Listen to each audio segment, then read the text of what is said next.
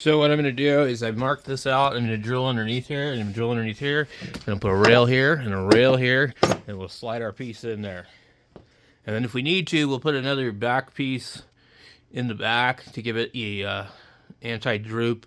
We'd even put some cross sections across it, but we're just going to start with this just to see if that's going to work. And then we're going to go with this sheet of MDF. I've got these other sheets of stuff here, but I'm going to go with this one. It's the largest one I have.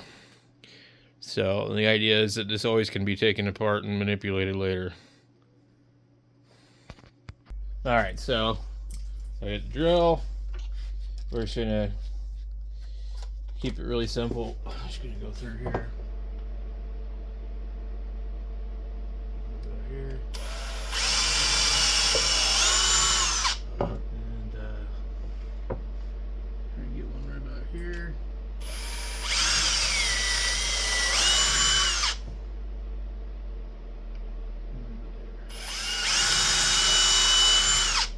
If I need to add more, I can add more later.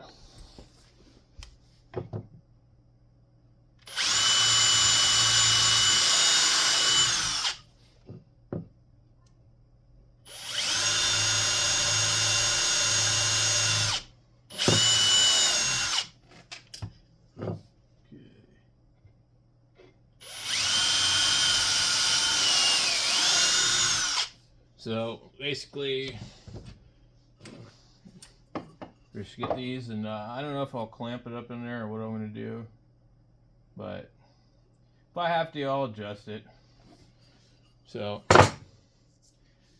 now the next thing is I might need to find my impact driver so I can get in here and screw these down.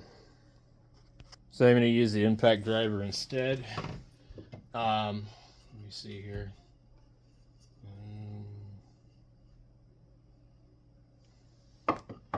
Want to get the nicest side.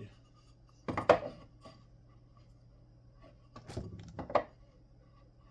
right, let's try that.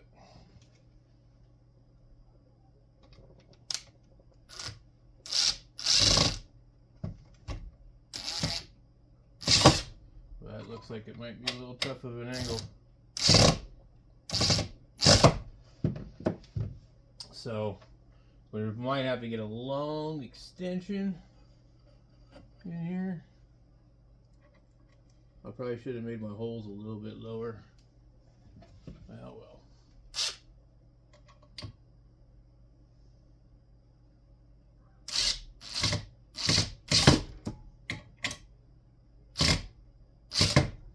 If I had one of these new subcompact drill drivers, I'd probably be better off. This is pretty tight though, so come on.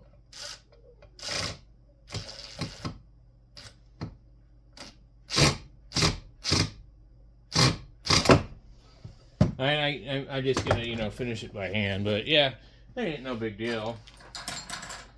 You get in with a small screwdriver, and it's just gonna take you a long time.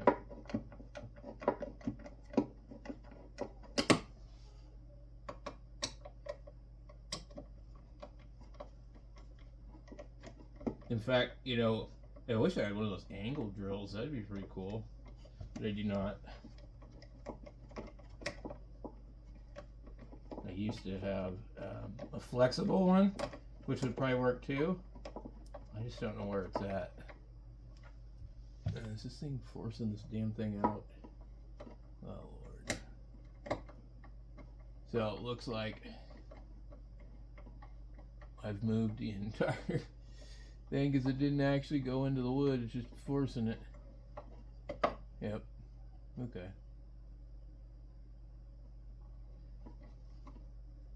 So if I really want to, I can pull the wood off of here, and I can drill some like pilot marks. The other thing could have been done is I could have countersunk these and just ran them all the way through into here instead of running them in through the backside, but I thought this would be better.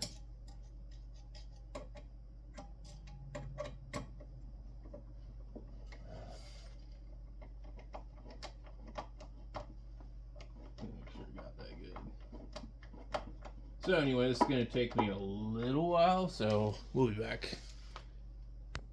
So here's a trick what I'll use to do this. I put the 1/4 inch bit on these, and then I just get them in here, and go in here.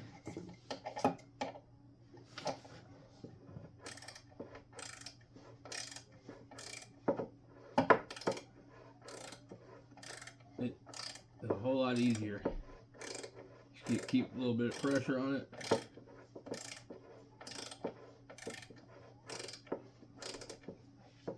And another way this would be even easier, you could use screws with bolt heads instead.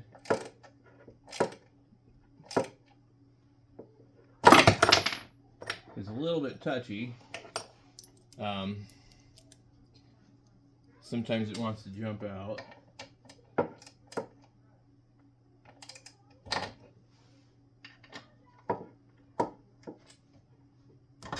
And some of these are kind of boogered up. Problem is that the end of this thing, the wood isn't flush. So the only way to really solve that is you got to back these all the way out and then run them back in. Or you force it. And sometimes it doesn't like that. So we'll go ahead and back the middle one out so that we're not fighting that.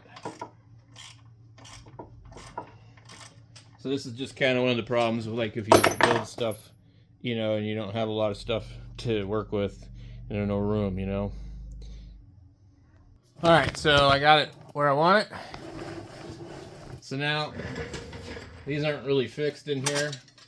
So, but they're both under the lip of here, 8.5 inches. So hopefully this isn't in the way of anything. It's like kind of like the minimalist way. I think I could have got this in here without really boogering up some other stuff. And also, I want a little bit of surface area there. So I don't want a radio on there and just have it like fall right through. What I'll probably do is I'll probably run some screws through here just for good measures, since I know this whole thing could move.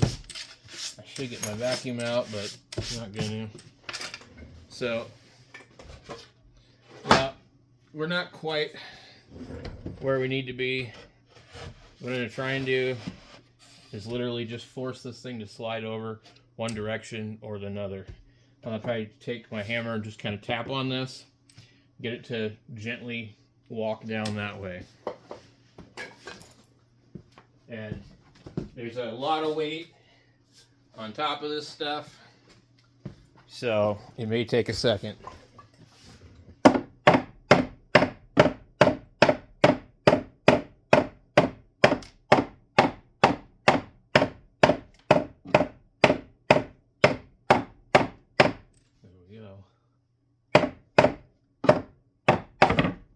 Boom. We're in. So this one's out a little further than that one. That's okay. We get this back spot here. We can actually go underneath here and put a block. And then that will guarantee that this thing ain't going to move. Over here, we'll run a block there, and then we'll run a screw through the top. But what's nice about that is then, once I get this completely even, you literally, if you don't want this here, you just go ahead and pull it out.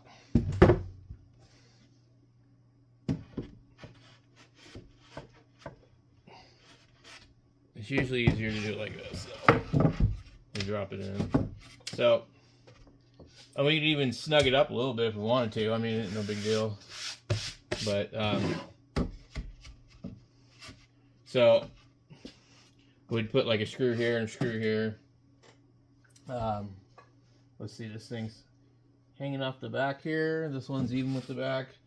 So basically, if I can convince this piece of wood to move forward a little bit, that'd probably be helpful. And I don't know if I'm going to be able to do that without like pulling a lot of radios. But anyway, so that's my progress so far. But just adding to this, you know, so that I can have some more shelf space.